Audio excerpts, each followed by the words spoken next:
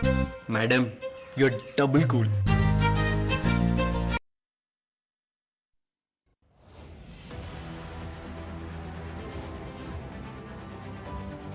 उड़ी का एक ही पैगाम है, उड़ी एक अमन की जगह है और इसमें अमन ही मकाम है।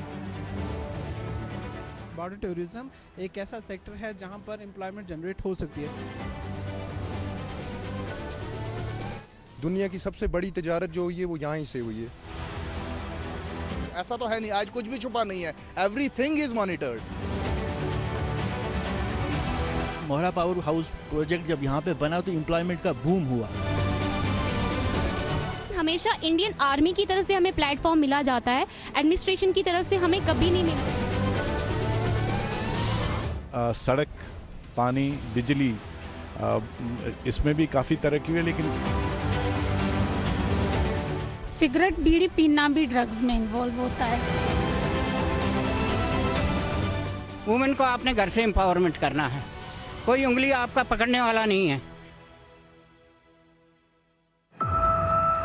बिस्तर से उठ के मस्जिद न जा सके इकबाल, बिस्तर से उठ के मस्जिद न जा सके इकबाल, ख्वाहिश रखते हैं कब्र से उठ के जन्नत जाएंगे। आदाब नाजरीन, खैर मकदम है आपका हमारे प्रोग्राम रूबरू में। मैं प्रोग्राम की होस्ट सुरखाब जहरा और मैं प्रोग्राम की होस्ट महरीन इकबाल। जैसा कि नाजरीन अब सब जानते हैं, हमारे प्रोग्राम का मुद्दा और मकसद होता है लोगों की बात सुनना और आला हुकाम तक पहुंचाना। और इसी सिलसिले में आज हम आए हैं डिस्ट्रिक्ट बारामूला के उरी इलाके में। तो आइए नाजरीन करते हैं यहाँ के लोगों से बात और जानते हैं इनके मसलों मसाइल। तुमने कुछ भी ना कहा हो जैसे, मेरे ही दिल की सदा हो जैसे, और यूं तेरी याद से जी घबराया कि तू मुझे भूल गया हो जैसे। सड़क, पानी, बिजली, इसमें भी काफी तरक्की हुई।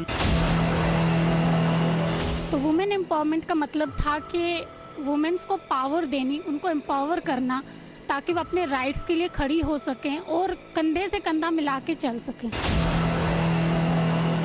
मेरी बच्ची क्या पहनती है मुझे कोई इससे मतलब नहीं है, जीन्स पहन ले, वो शलवार कमीज पहन ले, वो क्या करे क्या नहीं करे। मंजिल की जुस्तजू में तू क्यों भटक रहा है राही, मंजिल की जुस्तजू में तू क्यों भटक रहा है राही, इतना अजीम बन जा के मंजिल तुझे पुकारे। वुमेन्स एम्पावर हो चुकी हैं, बस हमें अपने आप को पहचानना है। ऐसा नहीं है कि आप एम्पावर नहीं, लेकिन समझने की जरूरत है। जो हमारा उड़ी है ये गेटवे ऑफ इंडिया है, अगर आप ये कहेंगे कोई गलत बात नहीं होगी। क्योंकि लास्ट ईयर से 65,000 टूरिस्ट यहाँ पे आए हैं और कमांड पोस्ट पे विजिट किया हुआ है। वो स्टेप इंडियन आर्मी ने यहाँ पे उठाया है। तो आइए नाजरीन करते हैं अपने सवालातों का सफर शुरू। जैसा कि आप सब जानते हैं कि पिछले 4 सालों में जम्मू कश्मीर में बहुत सारी तब्दीलियां देखने को मिली डेवलपमेंट के हवाले से। वही हम आज उरी के लोगों से बात करेंगे और जानेंगे कि पिछले 4 सालों में यहाँ पे कितनी तब्दीलियां देखने को मिली।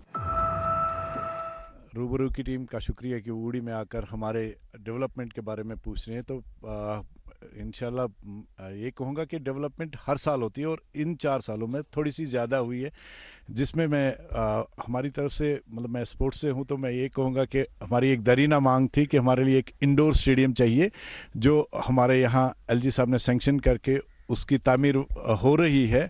और हमारे जो स्पोर्ट्स के बच्चे हैं वो आउटडोर फील्ड से निकलकर अब इंडोर फील्ड में भी हिस्सा लेंगे। इसके अलावा सड़क, पानी, बिजली, इसमें भी काफ़ी तरक्की हुई है, लेकिन बिजली का हम ज़्यादा नहीं कहेंगे। 4 प्रोजेक्ट होने के बाद भी हमें बिजली बहुत कम मिलती है। हमारी गुजारिश रहेगी एलजी साहब से कि वो हमें बिजली फ्राहम करे। हम प्रोवाइड करते हैं आधे हिंदुस्तान को बिजली, लेकिन हमारे पास बिजली बहुत कम होती है। उसके अलावा जो तरक्की एजुकेशन से है, उसमें हमारे पास 2-2 डिग्री कॉलेज है हमारे सब डिवीज़न में। हमारे पास 15 हायर सेकेंडरी स्कूल्स हैं। एजुकेशन के हवाले से बात करें तो काफ़ी तरक्की हुई और एजुकेशन और भी तरक्की कर रहा है। हमारे बच्चे काफ़ी ऊंचाइयों पर जा रहे हैं, काफ़ी ऊंची ऊंची तालीमें हासिल कर रहे हैं। इसके अलावा पानी जो बेसिक नेसेसिटी है वो उसमें भी काफ़ी सारे प्रोजेक्ट्स हैं जो इन 4 सालों में या उससे पहले के प्रोजेक्ट्स जो उनका काम ले लिया है हाथ में गवर्नमेंट ने और वो तरक्की की राह पर गामजन है। डेवलपमेंट के एतबार से जो अभी जावेद साहब ने बोला है यहाँ पे कि हम स्पोर्ट्स डिपार्टमेंट से हैं, हमारा एक यहाँ पे इंडोर स्टेडियम तैयार हो रहा है।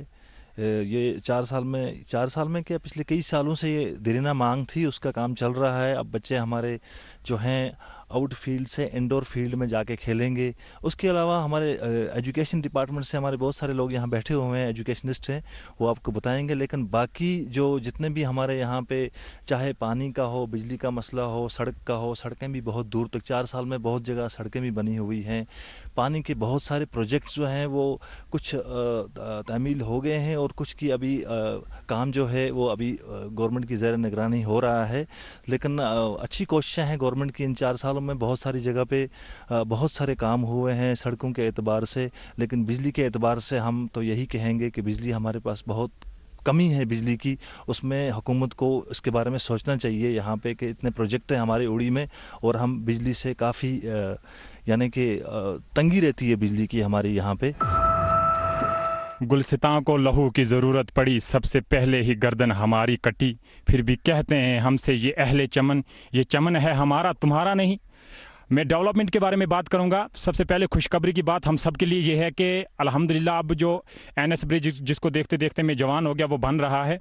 और साथ में ये मैं यही कहना चाहूँगा आपको, डेवलपमेंट उड़ी में कहाँ पहुँची है इन इलाकों में कि आप देखेंगे जब से इलेक्ट्रिसिटी दुनिया को पहुंची है उसके बाद पिछले 10-12 दिन पहले ही हमारे उड़ी में एक दूर दराज एक बुनियार तहसील में भी गांव आता है लच्छीपुरा, उसमें पिछले दिनों में इलेक्ट्रिसिटी पहुंची है। ये है डेवलपमेंट का यहाँ पे हाल।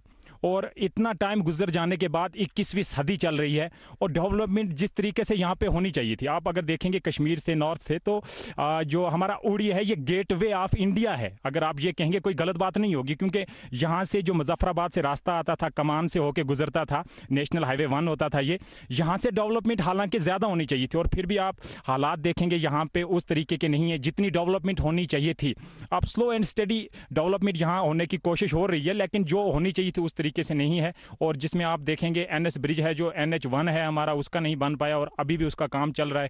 अभी कोई भरोसा नहीं है कब बंद हो जाए, इसका कोई भरोसा नहीं किया जा सकता।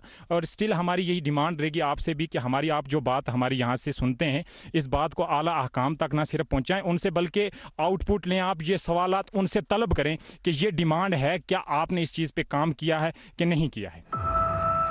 हमारी डेवलपमेंट को लेके यहाँ पे बात हुई। अभी जावेद साहब ने कहा हमारा एक यहाँ पे बहुत टाइम से एक लॉन्ग पेंडिंग डिमांड थी जो इंडोर स्टेडियम को लेके। Unfortunate part of this is कि मैं इस आपके माध्यम से रिक्वेस्ट करना चाहूँगा अपर अथॉरिटीज़ को, हायर अथॉरिटीज़ को, कि वो जो बना वो ऐसी जगह पे बना है जो हमारे लिए अनएक्सेसिबल है। मैं अगर स्पोर्ट खेलने के लिए फॉर एग्जांपल शाम को उड़ी से निकलूंगा तो मुझे शायद मैं वहां तक पहुंच ही नहीं पाऊंगा उस टाइम में जहां पे वो बना हुआ है। वो उस मुझे नहीं पता है उसके पीछे पॉलिटिकल रीजंस हैं, पर्सनल रीजंस हैं या क्या चीज किस चीज की वजह से वो वहां पे बना, वो ऐसी जगह पे बना। मुझे लगता है कि वो मेरा टैक्स पेड मनी जो है वो वेस्ट हुआ है। और मुझे लगता है कि मेरे साथ साथ यहाँ मेरे जो साथी हैं वो भी इस चीज को एग्री करेंगे कि वो जहां पे बना है वो वहां पे बिल्कुल वो सही जगह नहीं है। किसी भी इलाके में बनाते लेकिन कम से कम मेन एरिया में बनाते जहां पे लोग, जहां पे पहले तो मुझे पर्सनल कन्वीनियंस वहां तक होनी चाहिए कि मुझे 200-300 रुपए का पहले पेट्रोल जलाना है वहां पे गाड़ी लेके, तब जाके मैं वहां पहुंचूंगा और वहां से वापस आऊंगा। तो दूसरी चीज यहाँ की डेवलपमेंट, हम अगर डेवलपमेंट की बात कर रहे हैं तो हम टाउन्स की बात करें तो मेरा उड़ी टाउन अगर देखेंगे तो यहाँ पे तो कनेक्टिविटी ही नहीं है। यहाँ 90% ऑफ द टाउन जो है वो डिस्कनेक्टेड है फ्रॉम द रोड्स। यहाँ पे किसी मुझे मतलब हमारे घर के जो कचरा भी निकालते हैं वो भी मतलब ऐसे लोगों के खेतों में फेंक, क्योंकि एक्सेसिबिलिटी ही नहीं है। म्युनिसिपैलिटी वाले वहां आते ही नहीं, मैंने आज तक देखा ही नहीं है कि सिर्फ फी भरने के टाइम या जब हमारी रजिस्ट्रेशंस होती हैं तब हमें म्युनिसिपैलिटी याद आती है। लेकिन जब बाकी चीजें हैं, जब म्युनिसिपैलिटी से हमें काम लेना है, मुझे तो आज तक पता ही नहीं है, क्योंकि हमारे आसपास इतना कचरा पड़ा हुआ है, आज तक कोई म्युनिसिपैलिटी वाला आया नहीं है वहां। तो मेरा एक पॉइंट ये भी है कि वुमेन एम्पावरमेंट पे आज तक यहाँ पे लड़कियों के लिए कुछ अच्छी चीज़ें यहाँ पे नहीं लाई गई हैं, जो ये पॉइंट मैं यहाँ रखना चाहती हूँ। जैसे एजुकेशन है, यहाँ पे फैसिलिटीज़ भी नहीं है, लेकिन और यहाँ पे लड़कियों के लिए वैकेंसी नहीं होती है जॉब के लिए, ये भी यहाँ पे नहीं है। और वुमेन एम्पावरमेंट में अगर देखा जाए, यहाँ पे लड़कों को हर चीज़ में पहली प्रायोरिटी मिली जाती है, तो लड़कियों को भी मिलनी चाहिए। और एक और बात मैं यहाँ पे रखना चाहती हूँ, जैसे उड़ी में डेवलपमेंट, अगर यहाँ पे टूरिस्ट आना स्टार्ट हो जाएं, पीसफुल एरिया है यहाँ पे। अगर आप देखें लास्ट ईयर से 65,000 टूरिस्ट यहाँ पे आए हैं और कमांड पोस्ट पे विजिट किया हुआ है। वो स्टेप इंडियन आर्मी ने यहाँ पे उठाया है। अगर एडमिनिस्ट्रेशन और इंडियन आर्मी साथ में मिलकर यहाँ की उड़ी के लिए, अगर एक स्टेप आर्मी ने उठाया, अगर मिलकर दोनों स्टेप उठाएंगे तो उड़ी बहुत आगे जाना चाहेगा। और अगर मैं बात करूँ यहाँ की लड़कियों के लिए, यहाँ पे लड़कियों को वो प्लेटफॉर्म नहीं दिया जाता है और लड़कों को दिया जाता है। तो मेरी यही गुजारिश है कि यहाँ की लड़कियों के लिए भी एक अच्छी फैसिलिटीज़ होनी चाहिए। वुमेन एम्पावरमेंट के ऊपर अगर मैं बात करूंगी, सबसे पहले मैं चाहूंगी कि हमारी उड़ी के ही नहीं, सारी जनता जो भी सुन रही है मुझे इस टाइम पे, वो जाने कि वुमेन एम्पावरमेंट है क्या, और अगर इस पे कोई भी इनिशिएटिव लिया गया है तो वो लेने की ज़रूरत क्यों पड़ी है। तो वुमेन एम्पावरमेंट का मतलब था कि वुमेन्स को पावर देनी, उनको एम्पावर करना, ताकि वो अपने राइट्स के लिए खड़ी हो सकें और कंधे से कंधा मिला के चल सकें। तो जब ये चीज़ नहीं थी, इसलिए ये इनिशिएटिव लिया गया। तो अगर मैं चाहूँगी ये चीज़ बोलना कि गवर्नमेंट की तरफ से तो हमें हर चीज़ प्रोवाइड की गई है, अफसोस खामी हम लोगों में है, क्योंकि हम लोग ही अपनी असलियत को पहचान नहीं पा रहे हैं। हम सब एक नहरा लेके चल रहे हैं वुमेन एम्पावरमेंट का यहाँ पे। अफसोस एम्पावर कोई भी नहीं कर पा रहा है। बोलते हैं ना, चैरिटी बिगन फ्रॉम होम्स, तो हमें पहले खुद में ही एम्पावर करना है खुद को। एक औरत कुछ भी कर सकती है, इस चीज़ को बताया जा रहा है एक औरत के ही थ्रू। तो मैं हर एक सुनने वाले जो मर्द शख्सियात हैं हमारी, मैं उनसे एक चीज़ ज़रूर पूछूंगी कि आप घर में एम्पावर कर रहे हो ना अपने फीमेल्स को, अपनी माँ को, अपनी बहन को, अपनी बेटी को। जब आप लोग करेंगे तो शायद इस चीज़ की ज़रूरत नहीं पड़ेगी कि हम वुमेन एम्पावरमेंट का नारा लगाएं। वुमेन्स एम्पावर हो चुकी हैं, बस हमें अपने आप को पहचानना है। और वो हेल्प जितना हमारे साथ हमारे मेल सेक्टर के लोग हैं ना, वो करेंगे, तभी हम आगे भी बढ़ेंगे।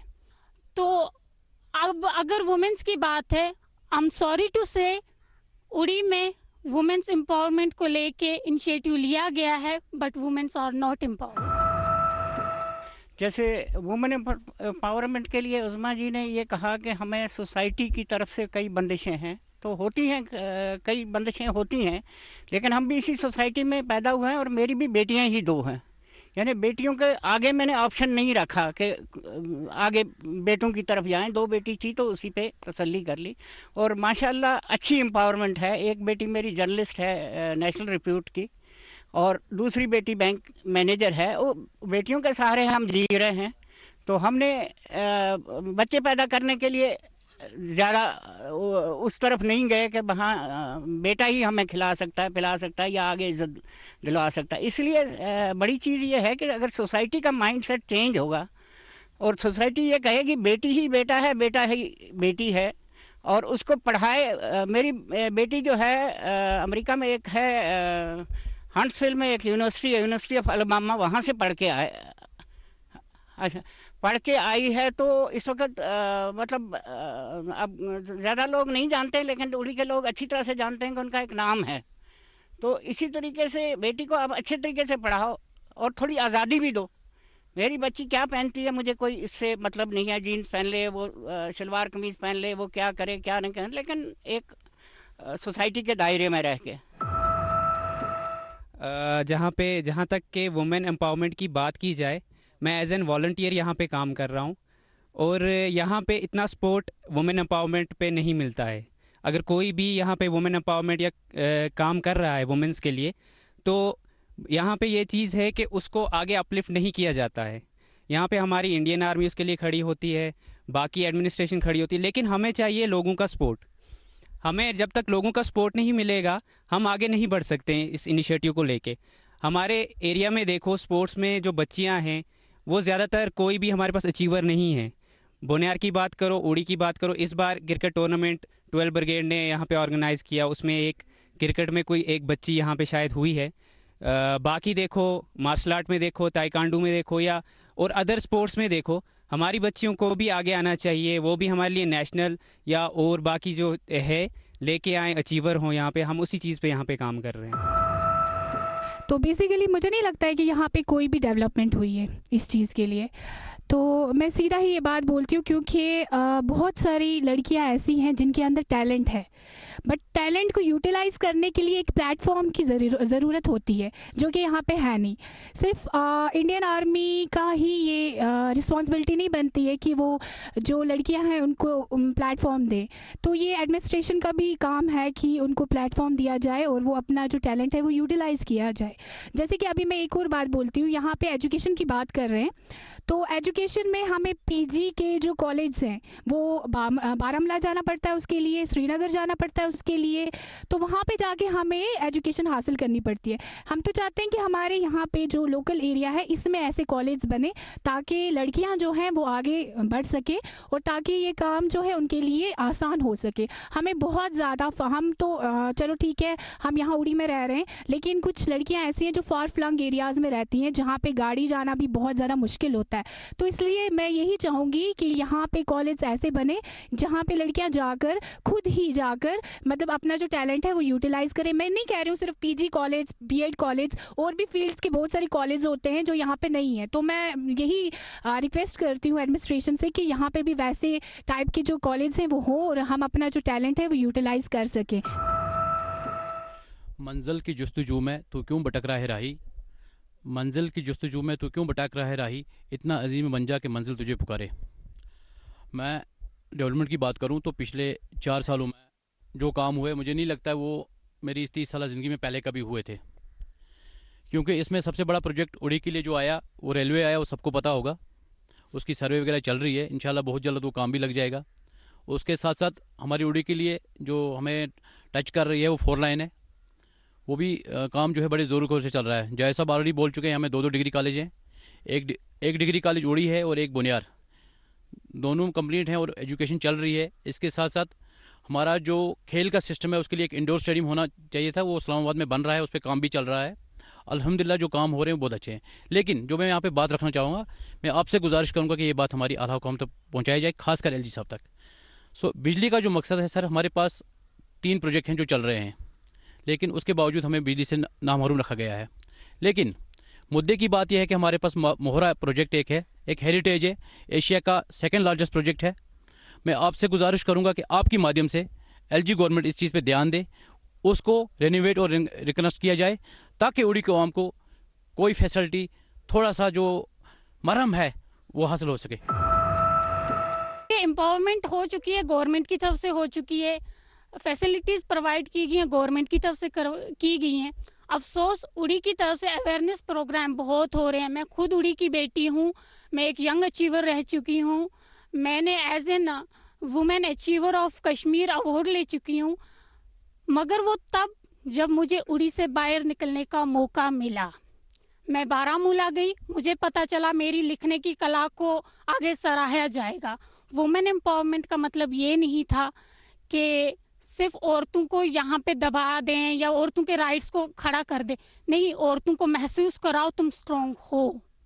जब आप ये महसूस करवा देंगे तो शायद इस चीज़ की ज़रूरत नहीं पड़ेगी, ये भी कोई भी इनिशिएटिव वुमेन्स के लिए लेने की ज़रूरत नहीं पड़ेगी, because womens are strong, they can do anything. आज हर सेक्टर में वुमेन्स अचीव कर चुकी हैं। हम कैसे भूल सकते हैं, हमारी खुद की प्रेसिडेंट एक वुमेन है। हमारे डिस्ट्रिक्ट बारामूला को पिछले 4 साल में अगर हम बात करेंगे, उड़ी की, बारामूला की, पूरे डिस्ट्रिक्ट को चलाने वाली एक औरत थी। पिछले 4 साल में कुछ भी डेवलपमेंट हुई है एक औरत ने करवाई है, वो हमारी डीसी मैम रह चुकी हैं। वो सबसे बड़ी चीज़ है जो मैं खुद भी करता हूँ, मेहनत। बच्चियों को अच्छे तरीके से मेहनत करो, उनको अच्छे तरीके से पढ़ाओ। बच्ची को कहो कि ज़्यादातर टाइम वो, मतलब ये बच्चियाँ मेरी नाराज़ होंगी, फैशन पे ना दे, पढ़ाई पे दे, अच्छे काम पे दे दे। जैसे मैं करता हूँ, मैं 65 में हूँ, तो मैं सुबह घर वाले सो रहे होते हैं, मैं अपने प्लांटेशन का काम करता हूँ, एनवायरनमेंट पे काम करता हूँ। ये ग्रीनरी पे अवार्ड भी मुझे नेशनल अवार्ड मिला है। तो लेकिन हर एक बगैर मेहनत के कोई चीज़ नहीं।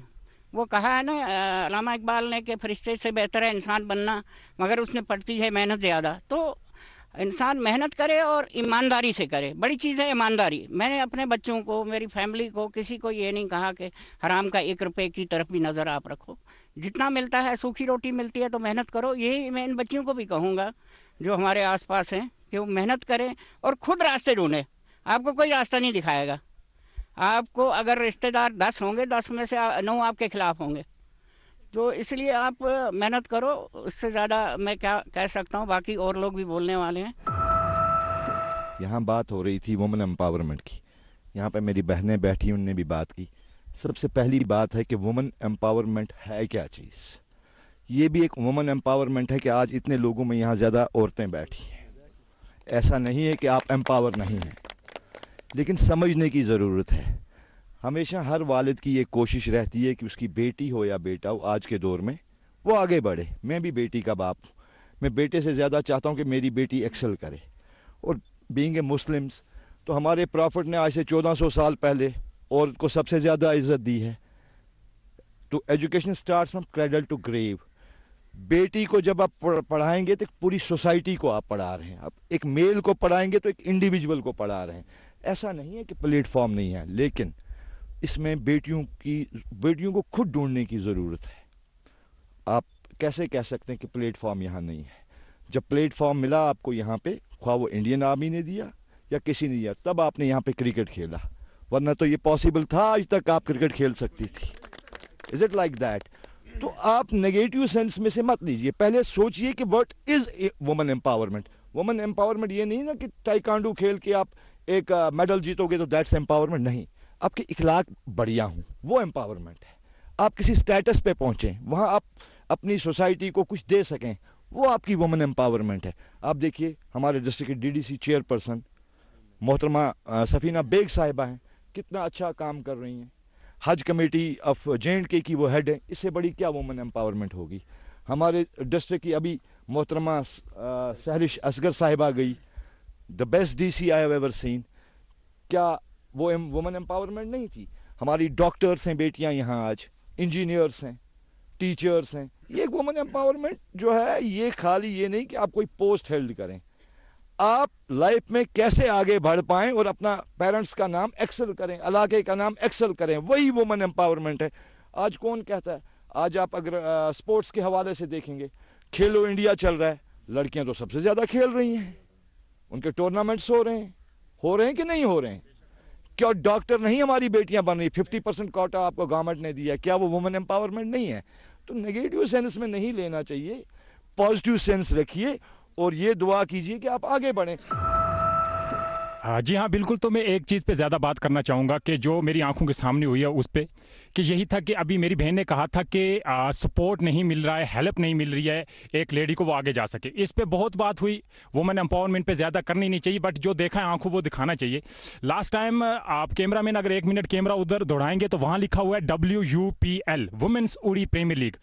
जब ये वुमेन्स उड़ी प्रीमियर लीग हुआ, इसके फाइनल में सेरेमनी पे मैं बताना चाहूँगा आपको क्या हुआ है। काफ़ी लोग जो एब्सेंट थे उनको भी बताना चाहूँगा कि जब फाइनल में जो टीम्स विनर्स और रनर्स थी उनके गले में मेडल डाले गए, तो कोई और मेडल डालने के लिए यहाँ नहीं था, ना ही DC था, ना कोई था, बल्कि उनके पेरेंट्स, उनके ब्रदर्स वो आ रहे थे 1 बाय 1। अपनी कोई बेटी को मेडल डाल रहा था, कोई अपनी सिस्टर को मेडल डाल रहा था। तो इससे एक चीज़ साबित हो जाती है कि यहाँ फैमिली से कोई रुकावट नहीं है किसी बच्ची के लिए अगर वो कुछ करना चाहे। एक दूसरा मैं आपके लिए ये बताना चाहूँगा कि उसके साथ में आप देखेंगे, आप सब बैठे हुए यहाँ पे आर्मी गुडविल स्कूल की यहाँ पे बलजीत कौर मैम प्रिंसिपल हैं। तो ये अपनी फैमिली से निकल के आई और compete करके आई हैं, तब जाके ये इस चेयर पे बैठी हैं। ज़बरदस्ती ना किसी ने बैठाया, ना इनको वहाँ से उठाने की कोशिश की। अगर आपको कुछ करना है, आपको इस मैदान में लड़ना पड़ेगा। कोई घर बैठे आपको कुछ हर चीज़ें मिल सकती नहीं है। आप कह रहे थे उड़ी की बात कीजिए, उड़ी में वुमेन एम्पावरमेंट कितनी है। ये जो यहाँ पे ऑडियंस बैठे, इनसे मैं अलग बात करना चाहूँगा। आसिफा तबस्सम DDC चेयरपर्सन है, माफ़ कीजिए BDC चेयरपर्सन यहाँ से है, परनपीला ब्लॉक से, वो भी एक फीमेल है।